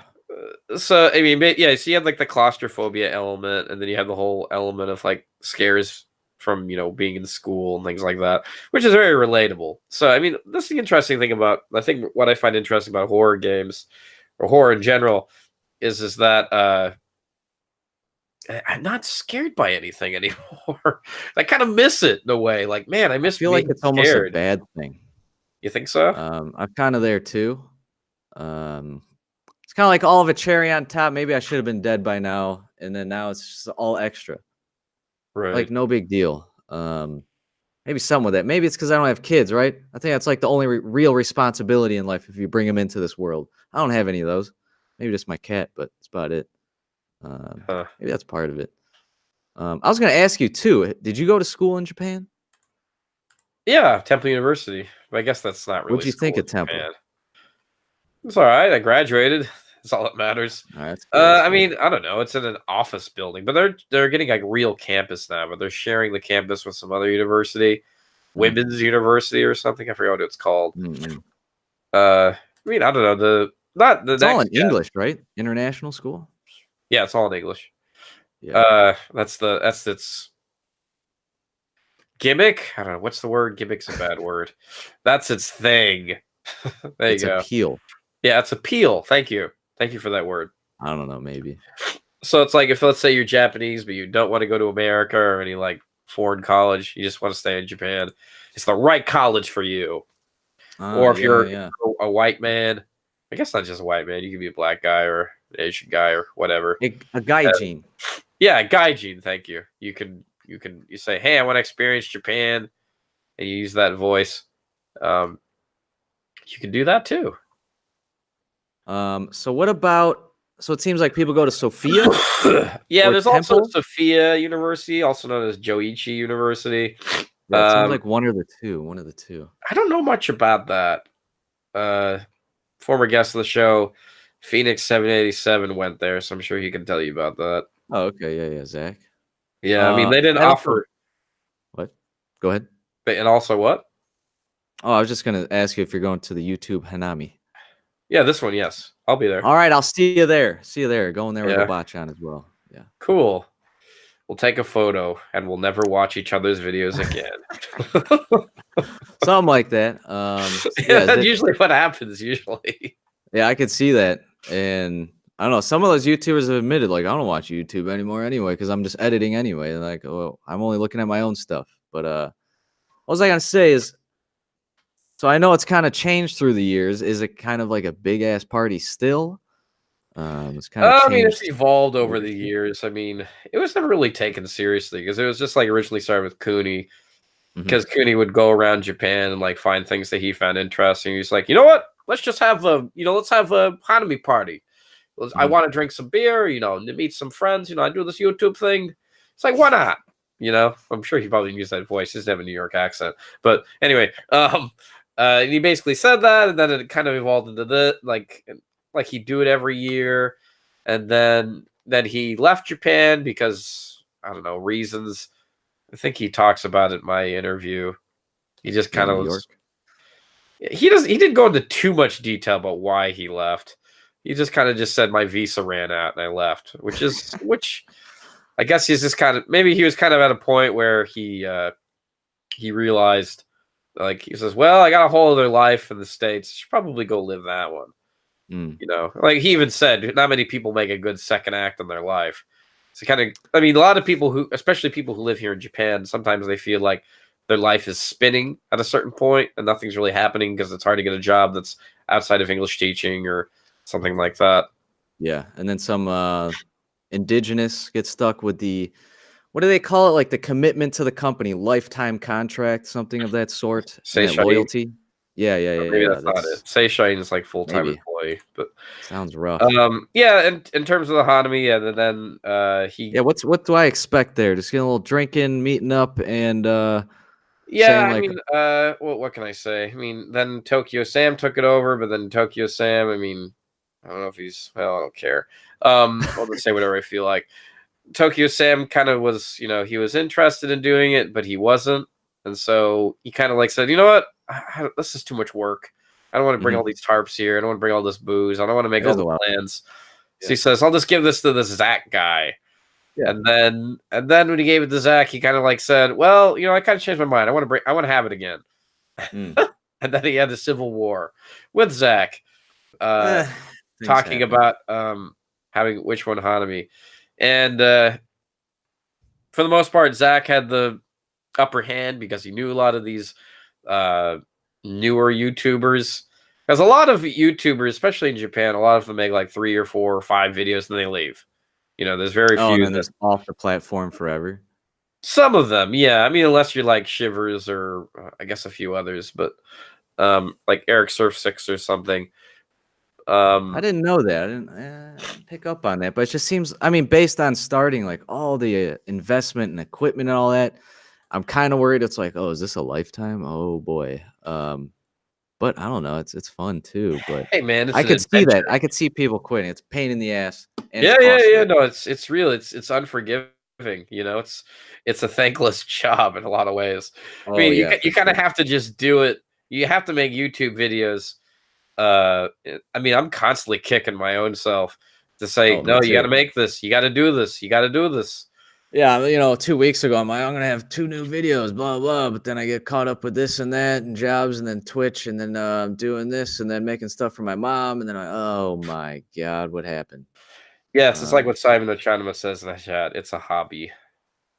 Yeah. Essentially, that's what it boils down to. It's just. What's also tough too is like it can be saturated in that if you are a wanderlust, right, and then someone's already traveled everywhere you went, what's the point? Just enjoy their video.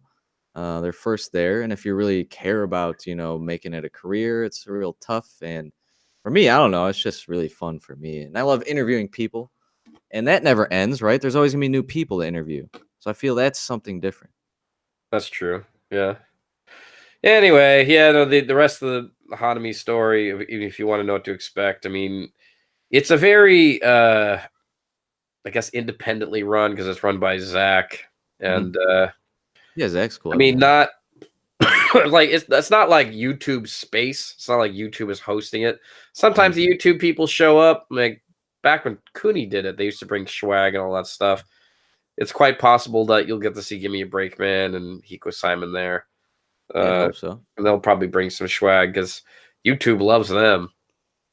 So yeah. I mean, I think even Hiko Simon's done a few lessons, like how to make YouTube videos, that sort of thing. Yeah. All right. So a little bit of that and a couple of newbies. It's fun because I mean, I need to get new guests for this show, and sometimes it's like I said, like with you. I mean, you're getting smaller channels is always very easy because they're always trying to like make more stuff. Maybe I'll try to hook you up with my associations. We'll see. All right, cool. Yeah. Thanks, guy. We'll see. I don't mean that sarcastically. I do mean thank you, really. No, I know you're thinking about anime, man. Yeah. Anime, man. Yeah, I will keep that in mind. Yeah, so I mean, so sometimes I go for like the smaller creators, and sometimes I feel like the smaller creators, they always have kind of a interesting outlook about what it is they want to create, and they don't have a big audience, and sometimes it's kind of humbling to have like a smaller creator because they have I mean, sometimes it's okay. This being said, like sometimes with bigger creators, it's interesting to understand their process, but a lot of the times it's hard to get them to do an interview because they're just busy, Or and they have a brand and they're worried about the live and the editing of someone else. well, they're also worried about numbers. They're like, well, how much numbers Yes, do you have? And so it's like, I'm not Joe Rogan here, So it's like, It's unless just I like was, hanging out. It's like, who cares? I don't know. well, no, it That's is just like me. hanging out, but I'm just saying that until the podcast gets to that point, even if this podcast is huge, I would still want to interview smaller creators because I feel like these people need a chance. This isn't Academy Awards, like we're getting hosts where that like only people already know, Yeah, and then fresh blood, enthusiasm, some of that inspiration, different outlook. Maybe. Yeah, exactly. Because I wouldn't mind it because I like interviewing assholes. I mean, like the one guy in this show who I interviewed would consider an asshole, and he's okay with him being called an asshole, so I can call him that. Who is that? What's his name? I can't even remember his name. Explorer Nick. He changed his name to Nampa Nick because he got his channel deleted. But Wait, Nampa Nick? Yeah, well, because he made fake Twitch news. Streamer too? No, he hangs out with a guy named called David Bond, who I hope to get an interview at some point. Maybe I don't know. Question from the chat. Stinkmeister asks, great name, by the way. Does the podcast or YouTube have better views / downloads for you? Well, it really depends. It's in terms of the numbers, people who want to see the live feed stick around for the YouTube thing.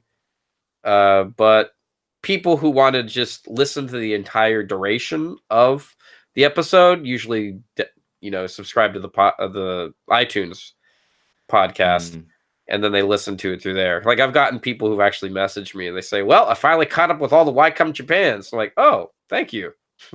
Yeah, that's cool. It's when they go through the whole catalog and all that. Yeah. So who's your inspiration podcasting wise? You did mention Joe Rogan. Oh, and actually, here's the thing: is I've never actually listened to a full Joe Rogan episode. All right. I just know the name. I really probably should at some point because he's like the quintessential podcaster nowadays. Yep, number one in the world now. Yeah. Is he? Damn. Oh, he's been forever. Like because I saw one. Go on. I think he's probably like at 1 billion downloads or something like. He has the most downloads ever. Yeah. Better than What the Fuck podcast? Huh. I believe so. I listened to him, but then, and this is awful, but like he started to have, I shouldn't say this, but he had all these guests I've never heard of. It's like I never wanted to listen to it. Whereas some like weird nerdy scientists and stuff like that, but that's like the stuff I like more. But that's and like you'd think that like this show where I interview a bunch of people I don't really know, or people who aren't really popular, and I love talking to them, Whereas I wouldn't listen to somebody I've never heard of on What the Fuck podcast. I guess mostly because he does celebrities too, and always clicking for the celebrities. And I guess that's any show.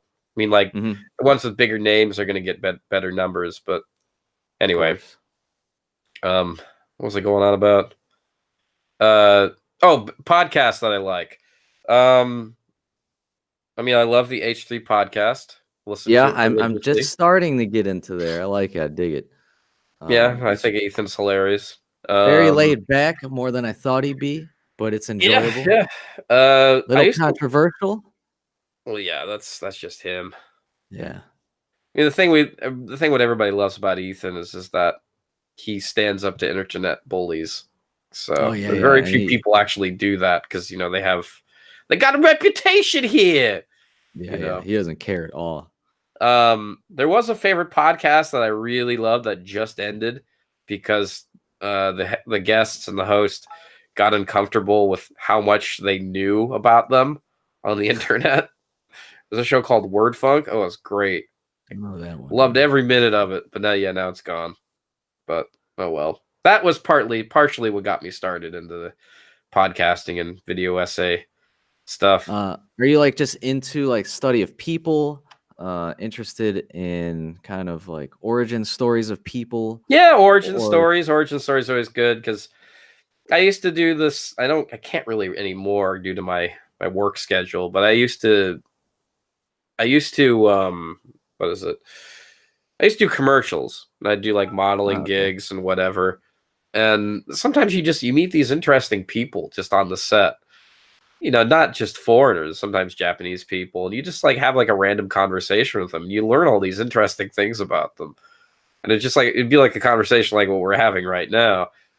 And you're like, oh really? Like you learn these little small things, like if you're going to immigration, don't go to Shinagawa, go to the Tachikawa one. You'll be in and out a lot quicker. He's right. Yeah. So I feel it's that's just a good way to small things. learn. Good way to learn in general. They say like one-on-one with a teacher is best way to learn. And it's more personable. And also it's just something about all right, so for me, it's like when you date or someone, you have to like posture the whole time and like, this is why I'm so great. This is why I'm blah blah blah blah blah. But it's just Yeah, I don't like to do that like much. a It's just job interview annoying. or something. Yeah, it's like, here, let me just tell you my whole resume or something of who I am.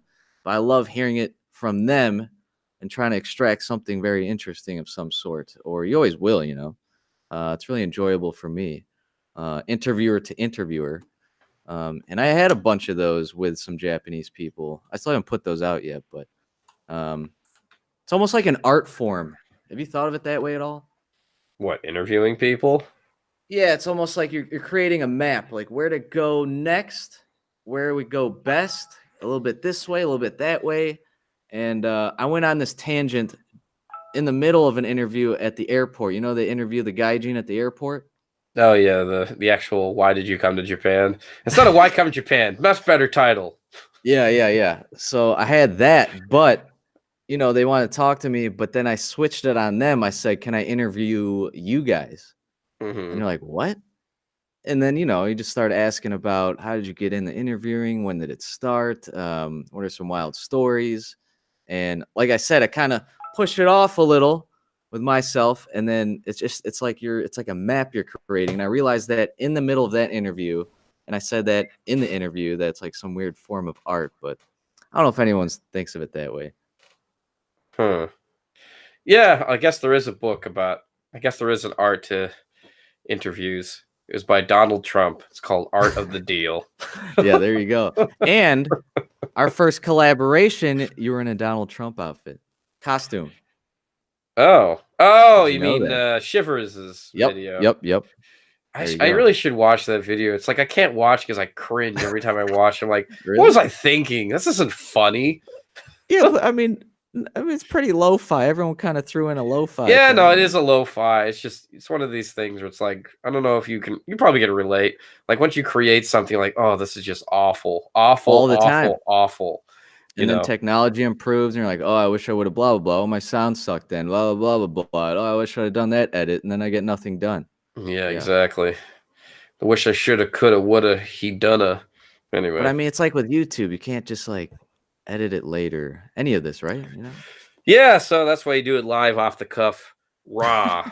You're raw dogging it all the way. I only started doing that like a month ago, and I've always been scared of that. But I love it now. Simon Nochanam in the chat asks, is there a mandolin on your wall? Yes, that is. Yeah, over there, yeah. So you're like, you really make music. You're a musician. Yeah, you could say that. Who knows? Music. You are what we in the industry call an artiste. Yeah. You mean a broke loser, something like that? Is that what they call it? That's the ambiguous term of an artist, right? Yeah. Oh, bullshit artist? No. No. Yeah. Don't worry, it's not like a SoundCloud. I guess that's like was it Mel Brooks joke? I'm a stand-up philosopher. Mel Brooks is great. I don't know if his movies would be able to come out nowadays, right? Yeah, maybe. I don't know. Good question. A little risque, but good stuff. Yeah, being an artist is weird, right? But the biggest money from music-wise is people paying to record in my studio or making soundtracks for other people. Yeah. Not so much my own passion of art or expression. Yeah. We all dream of, but whatever. You got to monetize your passion somehow. Yeah. You're probably right. The reason why they couldn't have Mel Brooks movies today is, like he makes Blazing Saddles. Oh, I love Blazing Saddles. And they says something like, oh man, he said the N-word. I'm offended. Yeah. And then the Chicago Tribune or Washington Post or whatever. It's like, hey guys, this guy's offended. Come on over here. Yeah. Let's give him a microphone. But it's tough in content. Look at Django, right? It broke the record for the most N-words in a movie ever. That's true. That's true. Yeah, But I yeah. guess that's before 2016 when Mm. outrage hit a maximum. Now we have It's like, tough. It's well, I tough. guess it's more a conspiracy. I guess I can't say this. Oh, It's you like more of a, conspiracies? Let's hear it. well, I mean, my conspiracy is just that today we live in an age where it's all about outrage marketing, where it's like whoever somebody's outraged about means that's big money, Yeah, you're right? rewarded. That's what Well, I it's say. The like, total opposite for Japan and U.S. One's all about exploiting yourself or others, and you're rewarded. Japan's too passive, don't speak up enough, and then they are hurt by that as well. A good mix would be nice, but yeah, I agree. yeah. So I mean, like you have like commercials like Gillette and commercials like was Colin it Colin Kaepernick. Kaepernick stuff, and you know what happened after that commercial hit is just that Nike stock went up. You know, Gillette Yeah. stock went up because people kept mentioning it, and it's almost like I mean, this is totally a conspiracy, but it's like this feels intentional. You know, after Yeah. a certain degree, it's like why am I seeing the same thing over and over again? You know, Facebook, you know, exploited everybody's data and they went to Congress. Their stock went up. But Mm. whatever. What do I know? You know, there's a conspiracy I'm just a floating right now. guy. I'm There's a just a big guy with a conspiracy. microphone. Along these lines, Yes. but if you recall, the Republicans were against the freedom of speech and hated music. They're the ones that implemented parental advisory back in the day, stomping on CDs, any bad words. I thought that was the Democrats. It's the No, I believe Republicans? I think so. Because it I was what's her believe name? so. It was Tipper Gore who did that. Oh yeah, Tidner did it too. Yeah. Tipper Gore was like it's like Al Gore's wife or something. And she found a copy of Let me look that up. Purple Rain, I think. And she's like, Well, did you a know lot of they it was said these? NWA. A lot of it was NWA, but Was it new? What's NWA again? New Live Crew? No, that's not NWA. That's that's something else. Got my anagrams wrong. Or it was by Tipper Gore. yeah, see? I remember that. I remember doing some like the history of censorship. I always found it interesting. Right, maybe I mixed it up, but I don't know. There's like a rumor going around where like Republicans flipped it on the Democrats, and then they're more the capitalist side, and then it worked. And that's Well, it sounds like something they would do because, like a friend of mine was once telling me that you'll never see a show like The Daily Show for the conservative side of yeah. for like conservative side because the number one thing is that conservative jokes aren't really funny. You know, or what is it? Conservative values aren't really funny. Yeah, You know? they're pretty just straightforward, and you already know what you're getting in a way. Right. So I guess that's the argument Deviate against. much. I mean, it's all about saving. It's all about saving the children. Sure. But then again, you get what do they call them? Liberals, where you have people who are liberal but they act very conservative, like saving the children, and you know. Oh, it's all screwed up, huh? It's all backwards a little bit. It's I don't know. interesting. Who knows? I'm not a media consultant. I'm not a. Hey, you're in the media. It's true. And you gotta worry about the media. TOS and your live and all that junk. All right. Okay, so we're about an hour and a half in. Oops. I think. No, that's fine. Figured this would be a good place to end it, unless you have any more questions. Well, let's see. Stinkmaster says half Japanese. What's the other half? Who cares? But it's the other stuff. Italian, German, Hungarian, whatever. Doesn't matter. Half European. Yeah, basically. There you go. Yeah. But yeah, so I'll meet you at YouTube Hanami. What is that? It's during the day for a few hours, correct? Yeah, during the day. And then what do people do after they usually just split their own way? Or You they go to out the a little hub bit? or something. I never go. I mean, I do go sometimes. Depends on how I'm feeling. Man, if it's as bad as it is, like recently with this hay fever, kafun shit, I don't know. Yeah, Biggest thing there is don't drink too much beer because the lines for the hanami bathrooms, they're outrageous. So just don't drink too much. Wakata. Or just go there really drunk already if you want to get drunk and drink like one beer and just be like that hot chick at a party, you know, just holds a beer the entire time and just smiles at people. Yeah, well, let's see. My mom will be there, so I can't get too crazy unless she dips out. That's We'll true. see. That's true. Hope you're a little weird with your mom. It's like I still can't watch R-rated movies with my mom. Oh, it's so awkward. Like I have Forgetting yet to Sarah watch. Marshall. You watched that with your mom. Like the what was it? The garbage dumps close to the playground. Oh Yeah. boy, I didn't like that one. I guess my overall goal before I die is to watch Human Centipede with my mom before I die. Yeah, when she has full dementia, doesn't know what's yeah, going on. for Mother's Day. No, that was actually an idea that what was it, Screen Junkies, Hal Rudnick did with his mom. Oh, great. He watched Human Centipede with his mom for Mother's Day. Yeah, that sounds great. I like bad goals like that. Anyways, Yeah, those usually are the ones that always happen. The bad goal. yeah, I like Then doing again, terrible things. I made a what is it, a YouTube video once where I talked about goals I wanted to do. Some of them were just kind of jokes, and I still haven't done some of them, so I kind of feel disappointed. I haven't Yeah, done. what's with you have a lot of times where you dress up, you have characters. Are those going to be implemented more? I don't know. I don't really like doing characters. I guess if I did do characters, I love doing voices.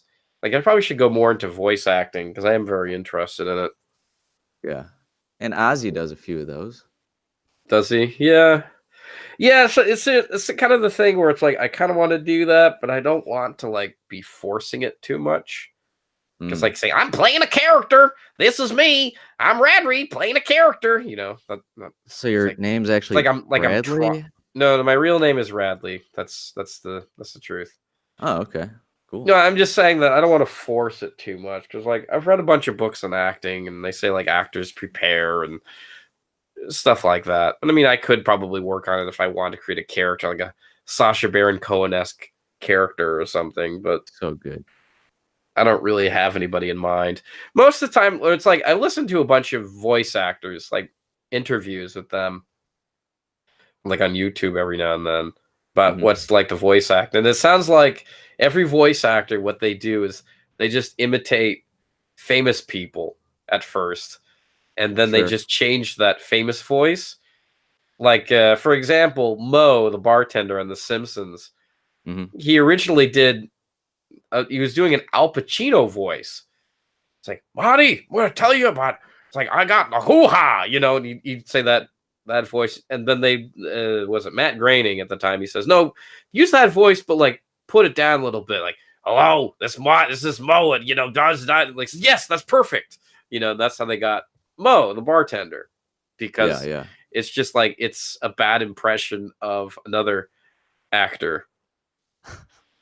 Interesting. Have you heard of what Beavis and Butthead creator? What's his name? Mike Judge. Yeah. Yeah, it was just some classmates he imitated, I believe.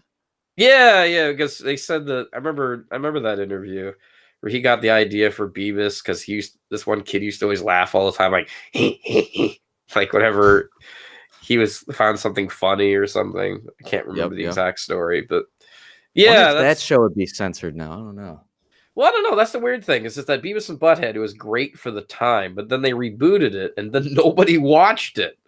Yeah, I didn't either. I remember I was excited, and I was like, I don't know. Because it was more of a 90s thing, That was back when the 90s was all about, I don't know, about extreme. Cool. Things are extreme or being extreme cool. And cool to be a slacker and that sort of stuff.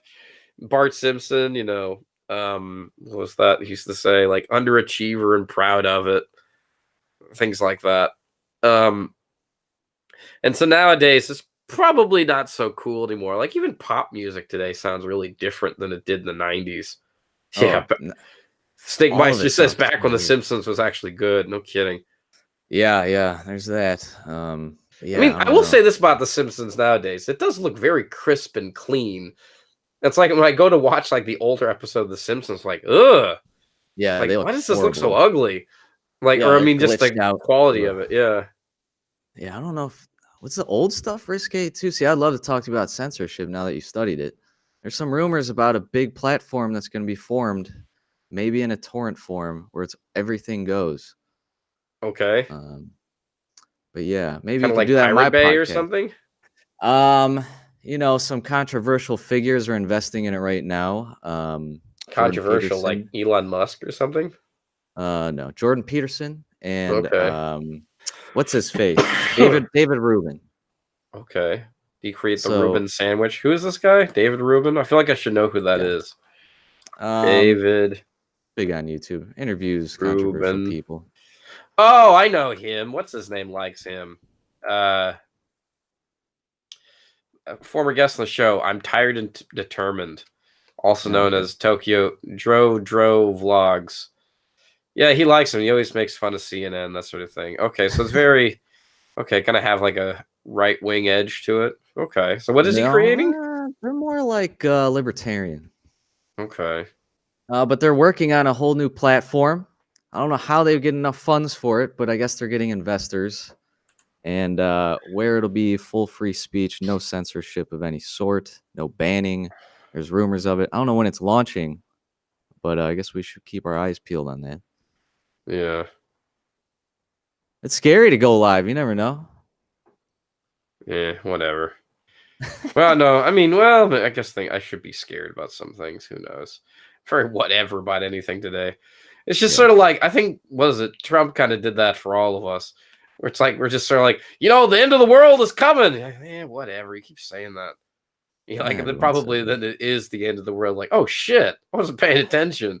I think it's either the beginning of the Enlightenment, or the downfall of some kind of the Enlightenment. I don't know. Maybe some Marxist nightmare. We'll see.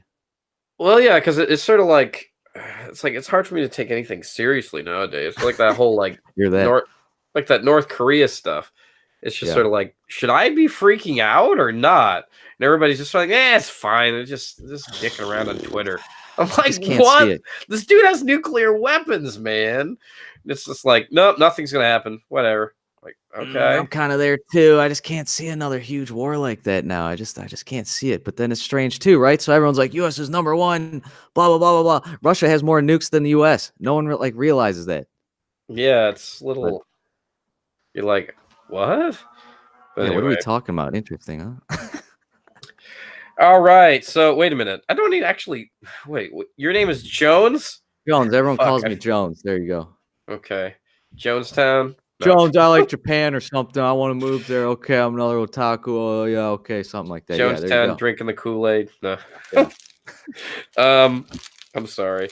I had to drop that one. Okay. So you just go by the name Jones. Yeah. It goes. Okay. Yeah, everyone calls me that. All right. Well, yeah, that's the interview. I mean, I don't know. Right, I probably got to get going. I gotta clean this apartment. I really got to do it. Let's see here. Thank you for being on the show. I guess. Yeah, okay. All right. I can't remember where my transition again. I used to always have this idea where like I go into these transitions into my mind. Like this is where you say this. I don't fucking know anymore. All right. So next week on the show is Caffeine Jedi. If anybody's familiar with who that is. She was a vlogger, kind of a tomboy. Really good at talking on a camera. She now officially lives in England. She just had a baby, runs an Airbnb, and she'll be on this show. And we'll talk about God knows what. Probably about Japan, since that's the name of the title of the show. Yeah, is it good to go off topic? My bad. I don't know. No, it's okay. I mean, that's all right. It's like, all right. So talking about the H3 podcast a little bit here. I'm deviating, but have you seen that video where he had Chris D'Elia on and they were talking about Garth Brooks? He talks about being on Facebook for the first time. Oh, a little bit. And like Garth Brooks did some promos for his upcoming tour and it was a little psycho. Yeah, it was a little crazy. Yeah. It's official. I'm on Facebook. It's just eliminating the walls between you and me. I like that. I really like that. Yeah, a little out of date there, a little out of tune. Like he's doing a dating profile or something. I'll put in the link below if anybody knows what we're talking about. Yeah, I gotta check that out again. So until then, my name is Radrey, and I'm Jones, Jane at Matane. I'll see you at Hanami. You're welcome to be on my podcast. I hang out on the Yeah, weekends anytime, man. sometimes Just hit on me up. Twitch. We hang out and drink. I've had Andy San on there, some IRL streamers in Japan. Just started it. We just hang out. It's pretty loosey goosey. Okay. Nobody's really watching. You know, who cares? Say whatever you want. Test some stuff out. Yeah. No big deal. Yeah. All right. See you guys. All right. Bye-bye. Thank you. Oh, wait, hold on. We got a question. What's your podcast from the Stinkmeister? Oh, just look up Jonesing for Japan on Twitch. Okay, that's easy Who enough. knows, That's it the might podcast. change. Yeah. So the podcast is called Jones Knows Nothing, a podcast with friends. But All right. it's just Jonesing for Japan on Twitch. Yeah. Thanks, Stinkmeister. Okay. All right. I have my finger on the stop button. Yeah, go ahead. All right. See you guys. Bye. Yeah, Bye. thanks, Radrey.